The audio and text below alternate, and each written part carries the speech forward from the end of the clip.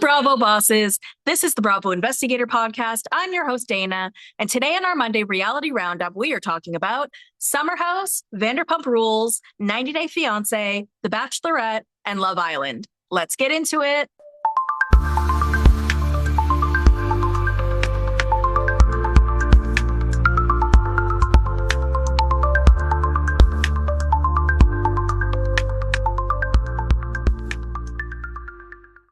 Happy Monday, everyone. I hope everyone had a great week and weekend. And I am happy to be here on this great Monday because I haven't done a reality roundup for the past couple of Mondays. And so I kind of missed you. Because of all of the Summer House stuff, there has literally been so little other news. And if there is news, I feel like I'm giving you those updates throughout the rest of the week, throughout other recaps and stuff. So for the past couple of weeks, I've been like, well, I don't know if there's a point in giving them an episode. But today we had a few little things. So I think today we'll have some stuff to talk about. And I'm excited about that. Those of you who are watching on YouTube may notice that I am wearing my Loverboy merch. I'm really excited about it. It is in butter yellow. It says Loverboy on the front, and on the back it says Summer Should Be Fun. I had to pay so much money for this because of like tariffs and all this stuff. Like it was $50 in tariffs plus all these crazy shipping fees. I don't know, whatever. I'm going to wear it all day, all night, every day. I'll make sure I get my money's worth out of it. But I'm happy to be here because we have lots of fun topics today, and I'll give you the schedule for the week. So today is our Monday Reality Roundup. Tomorrow I will be doing the second part of the Real Housewives of Rhode Island reunion with Yana Firestone, as we typically do on Tuesdays. And then either Wednesday or Thursday this week, I'll give you In the City. And then I think I'm going to start picking up Next Gen NYC. Last week, I released part 1 and part 2, basically from my Patreon, where it was the whole season of season 1 of Next Gen NYC to sort of get us back up and ready for this new season. But I have not been covering this season as of yet. There's only been one episode, obviously, but maybe I'll do episodes 1 and 2 together next week, just trying to figure it out. And I'm going to have a really big, exciting announcement next week, but I'll make it next week. Yeah, I'll make you guys wait just a little bit, but it is some pretty exciting news. Some big things are happening here at the Bravo Investigator Podcast. So let's get excited about that. But let's get into our topics because we have some juicy, juicy ones for today. We'll start with Summer House because, of course, there is always Summer House news. Now, West motherfucking Wilson went on his podcast yet again to spew more nonsense. Now, earlier in the week, he did this whiteboard, basically breakdown with Soho Brody, and I forget the other guy's name, like Nelson or something. It's like these guys that do these whiteboard breakdowns of like pop culture for like other bros. And so I covered that last Wednesday with Rupert Baxter, so you can definitely go back and listen to that. We gave all our feedback on that video. But what Wes ends up saying in this podcast episode that he does with Sophie, which is some like MAGA Barbie WNBA chick, and it seems to be the only platform where he does release any information, which really pisses people off because you had 3 reunions, an aftermath episode, and you did this sit down Soho Brody thing, which apparently took 2 hours. They split it up into 2 videos. I think it was 2 14-minute videos totaling 28 minutes. That's what we ended up seeing and listening to on Instagram. But the fact that they recorded that for 2 hours, think about the fact that he recorded with Kyle for 3 hours and we got what? 10 to 12 minutes of that, and it was just him talking in circles and nonsense. And then the reunion, my God, they filmed that for what, like 12 hours? Think about how many hours this guy has sat down with people who have been questioning him. And here we sit, still having very little information. So it's wild. It really is. One of the main points of the podcast, I guess, this episode that he did with his co-host was about the fact that he's not coming back to Summer House this year and how he feels about it. The way he framed it, though, made it sound like he believes he's on a pause. And he also said we, which I thought was interesting. He's like, we're not coming back. Then he switched it to I, but I don't know if anyone else caught that. But I believe he said we. So I don't know if he meant him and Amanda. We still don't know what's happening with Amanda, if she's coming back to Summer House or In the City. I mean, we don't really know any final casting news regardless anyways. But it was interesting to hear him sort of frame it like that because it made it sound like, oh, you know, it wouldn't have made sense to come back this summer. Things are sort of weird. Things are still sort of fresh. So maybe next year. Like that was the vibe I was getting of it. And listen, we can sit here right now, and I will, and say, dude, we do not want you back on any Bravo show. We don't want you on TV regardless. You were just kind of a piece of shit.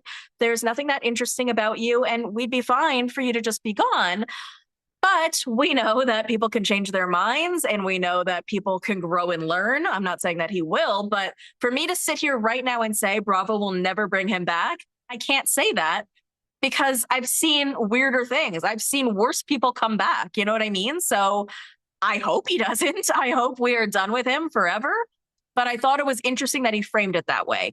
And I don't know if that's because of a conversation he may have had with Bravo or because he's just delusional in his mind and believes that this just needs some time and some breathing room and can come back. I really don't know. But I hope for him to be gone forever. I'd be fine with never seeing him again.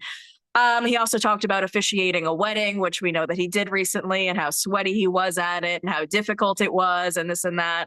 I kind of stopped listening at that point because it's annoying that I even have to listen at all. And it's funny because we sit here and complain about him talking shit on his podcast, and then we end up clipping it and posting it on Instagram. So we're the ones engaging, right? Like, I feel like I'm the idiot for even taking the time to listen to it and posting it and all of those things. But I guess that's my job to do, right? I have to give you guys the news. It was barely anything, but I hope now that he has done the aftermath episode, he has done the Soho Brody whiteboard breakdown, he has discussed the fact that he's not coming back to Bravo on his podcast.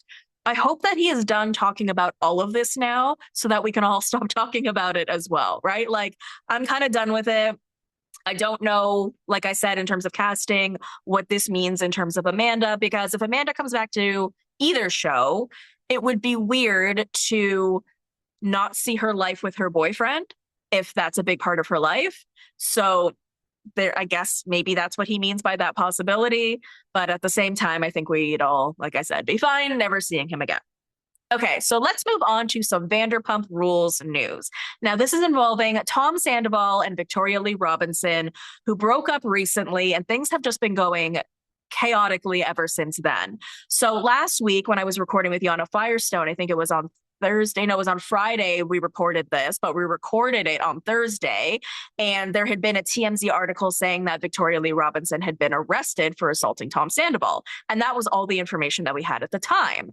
And then later that night, after we recorded, this video came out. It was basically like Sandoval talking to Victoria and her dad, who are both sitting around a fire pit, but Sandoval is standing up and he's sort of like, I don't know, like making motions towards them, like he's explaining something with big exaggerated motions. Victoria Lee is sort of hunched over and sort of seems like very kind of upset, maybe even crying. And then her dad gets in an altercation with Tom, and then Tom pushes her dad into a lit fire pit. And I was like, oh my God, I cannot believe what I just saw, right? Like, this is obviously video footage from the house. The dad got up quickly enough that like he didn't get burned, but like, oh my God. So I was like, wait a minute.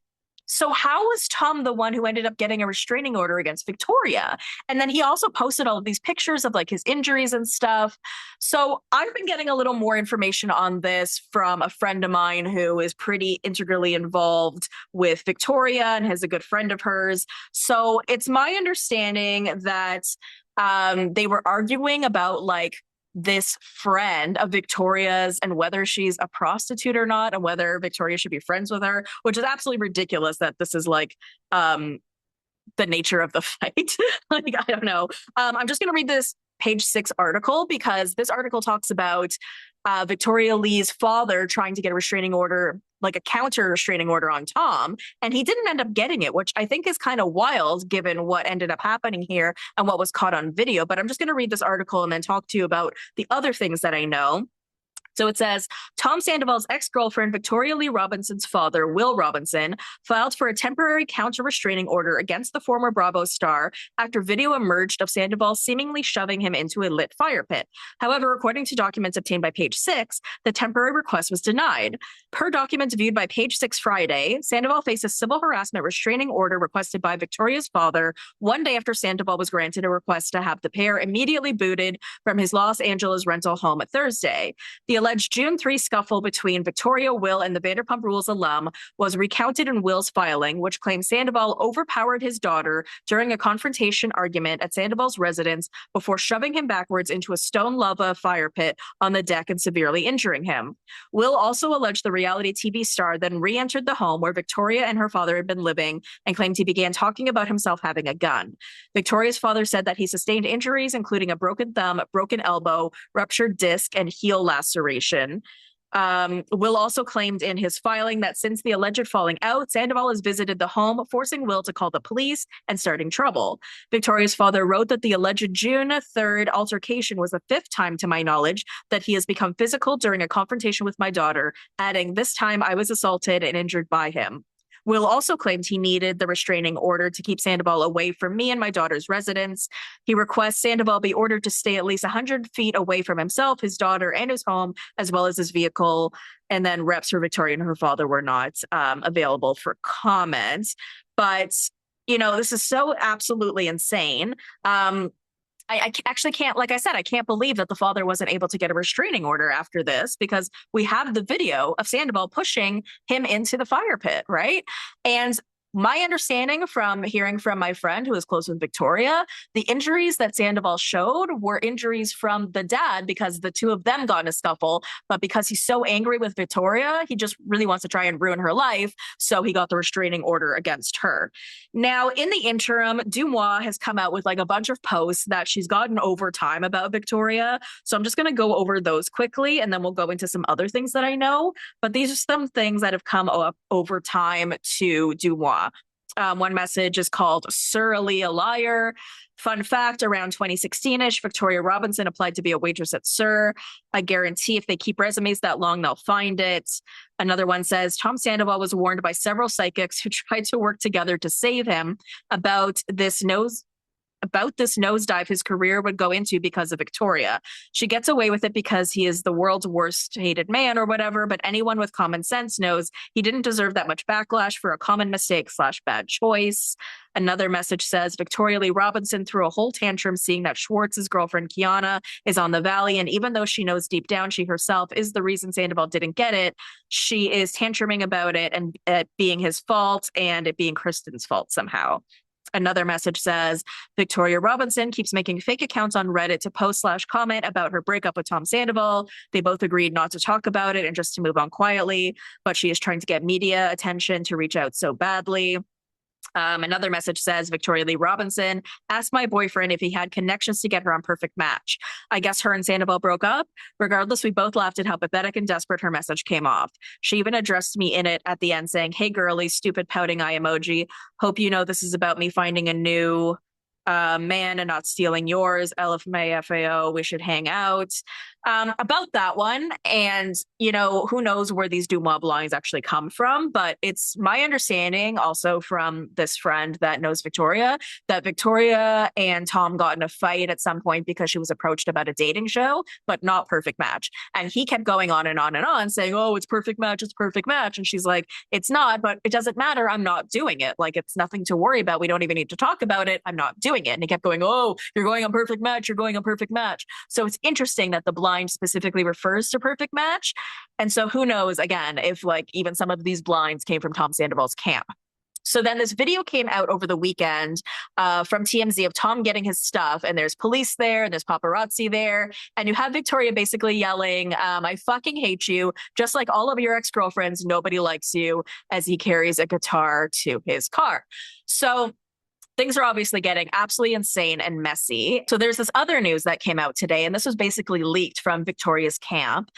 So this was leaked over the weekend that apparently, and I guess I'll issue a trigger warning here for pregnancy loss. So you can skip ahead a few minutes if you want to, if this is something that you don't want to listen to. But it's my understanding that Victoria Lee Robinson was pregnant. And she and Tom were very excited about it. He had actually convinced her to have a baby with him. He had even like bought baby clothes and signed them with like a stupid Tom Sandoval signature. And it was very specific. Like he bought like a crop top, like baby shirt with like fringes on it. How specific is that? Okay. Like, trust me, I've heard this from like a really close source. So that sounds totally like something Tom Sandoval would get for a baby.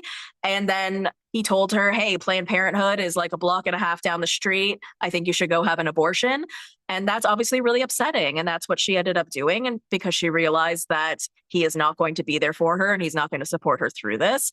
And listen, should they be having a baby together? Probably not. Okay. They're obviously a very toxic couple. We've seen that in the media. We've seen that with them unfollowing each other. We've seen a lot of things over the duration of their relationship. Absolutely. Right. Should you be having a baby with somebody when you're in like this very rocky, toxic relationship? Probably not. But it's still a really sad thing to get pregnant, to be excited about that with the person that you're having the baby with. And then to have that person tell you to go get rid of that baby. I mean, that must have felt so lonely and sad and depressing. And I can't imagine that she even had to go through that. You know what I mean? And like, I know we have our issues with Victoria Lee. Like, she is no angel either, sweetheart, right? Like, we have heard about a lot of crazy shit she did. Like, do you remember back in the Billy Lee days? Like, there was this time where Tom was away at the Traders, like in Scotland. And I don't even know if he was aware that this was going on, but there was this whole fight that broke out with Billy Lee and Victoria Lee. I just realized they have the same name. Billy Lee and Victoria Lee were like fighting on social media. And Billy Lee was releasing all of this information on her podcast about Victoria like being so jealous of Tom's relationship with Billy, where like Billy would go over to Tom's house and all of a sudden Victoria would appear out of nowhere. She would like leave her car in the driveway, like on with the door open and like run into the house to try to catch them doing something. So like, yeah, she's unhinged, right? Like, I'm not saying she's not unhinged. And I'm not saying like a lot of these Dumois rumors might not be true. I'm just saying it's really sad and depressing to have the person you love tell you to get rid of the baby that you planned to have together. That's just like really, really sad. Then I heard a bunch of this other crazy stuff about the relationship where he would apparently like sleep with Victoria, then leave in the middle of the night after she would fall asleep, go to the club, and she would end up getting these messages in the middle of the night from other women being like, I'm with your man. So obviously this relationship is really fucked up. I obviously they shouldn't be together. I just really hope that at some point soon they just decide to put down their swords. They both seem really amped up right now and really trying to attack each other and get at each other and ruin each other's lives. And that's just like really upsetting for everyone involved. And I just really hope they decide not to do that anymore and just kind of put it to rest because like it's not good for anyone, right?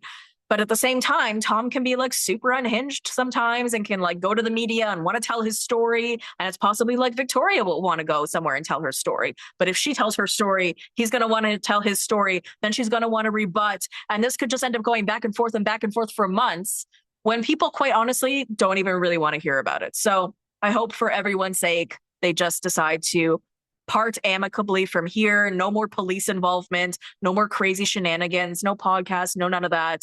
Just go move on with your lives and you're better off apart.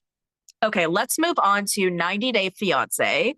In some actual good divorce news, because I really think that this was, meant to happen sometime soon. 90 Day Fiancés, Gino and Jasmine, their divorce is finally finalized. So I think that's great. This divorce has been in process for a really long time. This was a super toxic couple. They always confused me though, because I know some of you might call me naive, but like I was never quite sure if they were in love at all. And like I know some of you might think like, how could you think that they even were? They were together for such a long time. Jasmine was from Panama, Gino was from Michigan. He's bald and he never takes off his hat. They had such a contentious relationship. I mean, there was a point in time where he sent naked pictures of Jasmine to his ex-girlfriend, and she ended up losing her job as a teacher in Panama because of this. Okay. Like it was so fucked up. They also didn't have sex for like the longest time because Gino claimed that he couldn't have sex with someone he was always fighting with, but then wouldn't divorce her either. They probably were mostly together for the show, but my brain just cannot comprehend that people would actually do that wholeheartedly. Like I feel like you got to feel something for the person to be married to them for so long. And the way that Jasmine would always act in terms of him, it really just seemed like she truly did love him. Now, they ended up on the show Last Resort, which was like a spinoff of 90 Day Fiance.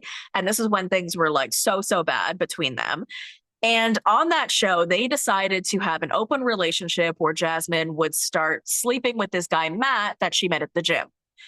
Stupid idea. And why would anyone think that this would help a marriage in any sense, right? And I also remember on the last resort show that Gino told someone, I forget who, someone else on the show, who told Jasmine that even if they stopped fighting and things were better between them, he still wouldn't have sex with her. And then Jasmine's like, okay, so maybe let's look into an open marriage. And that's when I was just like, wait, what? What? He says he's never going to have sex with you again, no matter what, even if you guys are good, and you still want to be married to him? And so I'm like, what even is that? Right? I don't even know how to like reconcile that in my brain. So she ends up getting pregnant by Matt, right? And that's what really starts to propel like the divorce. And Gino starts to get like, he wanted to get her deported and all of this stuff. So I'm glad that their divorce is finally finalized because yeah, this couple was just absolutely insane. I think he probably had it going for longer than it ever should have because I believe he ended up quitting his job to do the show. I remember him saying on the show that he quit his job to help Jasmine get acclimated. But then at the same time, I remember him like never being willing to drive her anywhere. So who really knows? But like, they have found a way to keep him on these shows. He's on like The Single Life and all of that. So but at the same time, these two need to obviously part. It's only even fair for like her daughter now with somebody else too, that they are no longer married. But what we also ended up finding out was that Jasmine was ordered to pay Gino $20,000 of spousal support, which I was really surprised about. So here's this article from Us Weekly that says that she needs to pay him $20,000 in spousal support. The defendant shall pay this amount at $500 a month for a period of 40 months. Spousal support will commence on the first day of the month, which the divorce is granted, which is July 1st. In the division of assets, it was also stated in the terms that the former couple's property, Gino will retain that property while Jasmine gets to keep the home in Florida, which is the home I believe she has with Matt. So of course it would, or I guess, okay, so they're just dividing assets. So that makes sense. The court decided that each party will retain their own clothes, jewelry, and personal effects, as well as any furniture and furnishings in their respective properties. And Gino will get to keep his 2015 Ford Explorer. Well, thank God. Thank God. Oh my gosh. Anyways, I feel bad for her that she has to pay this much, but apparently that's how much she makes from like, her OnlyFans and things like that. So it just really sucks when like women like Denise Richards and stuff are able to find sources of income where they're able to finally make some money and then the men end up getting a piece of it. So it's just bullshit. I cannot believe that she has to pay Gino anything. Like he's the American. She's the one who had to move here and find a way to make money. And he's the one who ends up getting her money. So that's just really fucked up. Another piece of news from the 90 Day Fiance world. I'm not sure if we talked about this when it happened, but I'm sure you know the couple, Jenny and Sumit. Sumit was from India and he's about I think there's a 30-year age gap between them. I don't know their respective ages at this point in time, but I remember there was a point in time where he was like 30 and she was like 60. She may be a little bit older than that now, but they've always had a contentious relationship with his family because it was sort of like embarrassing for his family, not just to not marry an Indian woman, but to marry a woman who is so incredibly old. I believe that Jenny is even older than Sumit's mother. Eventually, his parents came around and they are currently living in India, but they are also currently on the Last Resort spinoff show, which is a show that's supposed to be about like, getting in touch with your relationship and trying to figure it out if you guys are in a difficult place. And they're supposed to be like, quote unquote, experts there, who's supposed to help you through it. Now, from the first episode, it was very clear that something was different about Jenny. Her speech was incredibly slow and she just didn't seem well. And it was reported pretty much immediately that she had been diagnosed with ALS, which is super sad. And it's interesting to sort of watch her go through that journey on this show while she's not even aware of it. But it's very obvious that something is wrong at this point in time. Now, they've recently come out, Jenny and Sumit, and given people sort of an update about her health and how it's deteriorating and how she's going to need a wheelchair and how they're sort of struggling. So they are asking people to donate to her ALS journey. They can book cameos or they can just donate. And people are kind of coming at them for it, which is kind of fucked up. And people are just being like, well, you're on TV, so obviously you have money. But I think people don't really understand 90 Day Fiance money in comparison to like celebrity money or even like Bravo celebrity money, right? Like 90 Day Fiance money is kind of pennies. People don't typically end up making enough on the show to have a career off of it, right? Unless you're like, I don't know, Big Ed or something, but you're still probably making more money off of like other deals, like brand deals and things like that. But Jenny and Sumit, they're a regular couple. They don't have brand deals. They're also offering a form of work, right? Like they're offering cameos, which, you choose to pay for, right? It's not just a donation. They're giving you something in return. And her medical expenses are going to be crazy, right? Like, I don't know what the insurance situation is in India. I believe she said in this video that they don't have medical insurance. This is going to be a really long, scary, expensive road for them. And so they need help, right? And like, it's going to be Sumit's full-time job to take care of her, which is going to affect his ability to work as well. And I think that that's going to play a part. So, if you can donate, I would totally recommend that you do. I have gone ahead and donated. And I just feel really bad for them. And, I wish them well. I don't see the point in, coming at them for it if they feel that they need the money to help them get through this really difficult time. Like, if you can help, right? Okay, let's move on to The Bachelorette. Now, as we heard a while back, we were not going to be getting Taylor Frankie Paul's season of The Bachelorette because of all of the crazy domestic situations going on between her and Dakota. But then an article recently came out from TMZ. So this is published on June 24th saying that we are now getting Taylor Frankie Paul's season. So the article says the Bachelorette season starring Taylor Frankie Paul is almost out of Hollywood jail, and there's an excellent chance it'll air on ABC next month, TMZ has learned. Production sources tell TMZ the current discussion behind the scenes is for the season to premiere in mid-July, though final plans are not locked in yet. Our sources say when ABC pulled the season from its schedule, editors were working on the series nonstop, cutting the episodes. A sign the network was keeping the door open for future premiere. TMZ broke the news that Taylor Frankie Paul's season of The Bachelorette was pulled back in March after they published an intense video of Taylor and her ex Dakota Mortensen having a heated fight where she hurled metal bar stools at him. And that bombshell came after production on her other reality show, The Secret Lives of Mormon Wives, was paused amid concerns over the couple's volatile relationship. More recently, Taylor's headlines have been social media posts talking about personal growth and healing since The Bachelorette was pulled.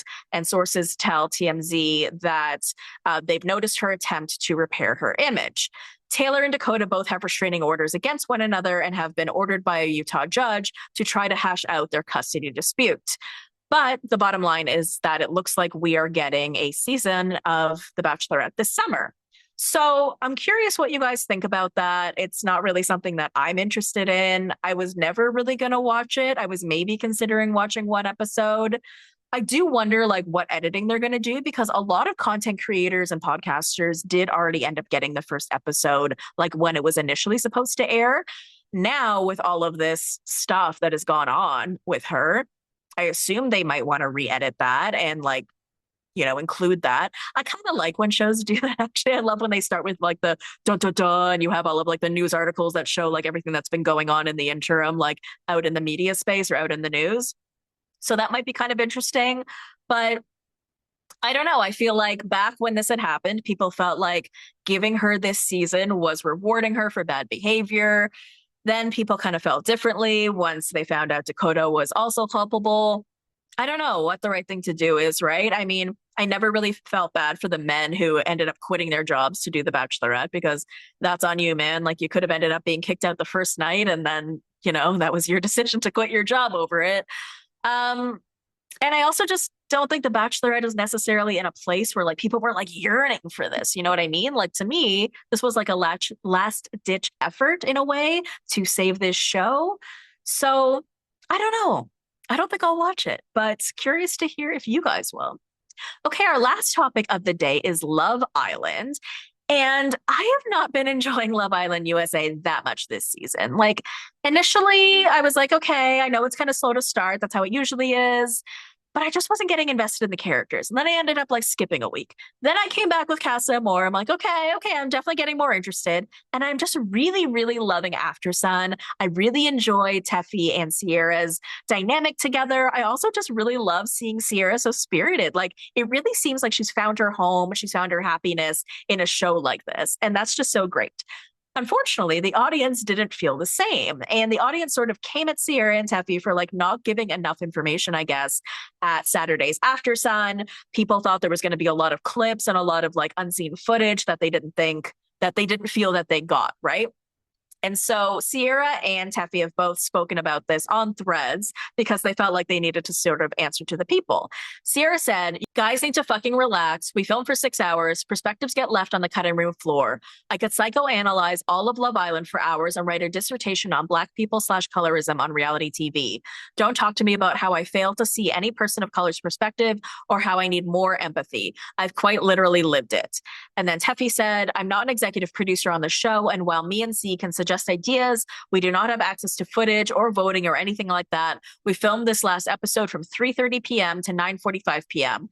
Every episode, we are called too biased and then too unbiased. Then we support women too much and then we are too hard on them. Then we are inundated with being male-centered and then male haters. We cannot please everyone because we are human. Thank you for watching."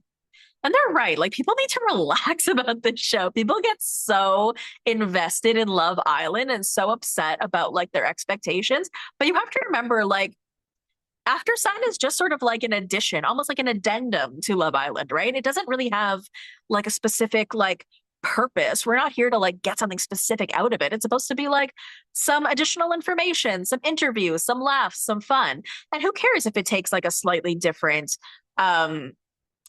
avenue episode by episode or season by season. I think the ladies are doing an absolute great job. I'm really enjoying their dynamic together. It's been really, really fun. And people need to calm the fuck down. That's all I have to say about it. All right, you guys, that is the end of the episode today. I hope that you enjoyed it. Don't forget that you can follow me on TikTok, Instagram, and Threads at The Bravo Investigator. Subscribe to the YouTube page and join the Facebook group. Also, I have another podcast. Don't forget about that. It's called All You Need Is You. It's a podcast about living your best solo life. I have linked it in the show notes, so you can definitely take a look there if you are into that kind of thing. And I love you, BBs. I will see you next time. Thank you for listening to the Bravo Investigator podcast. You can follow me on Instagram, TikTok, and Threads at the Bravo Investigator. Please subscribe to my YouTube channel and join the Facebook page. If you enjoyed the show, please leave a 5-star review.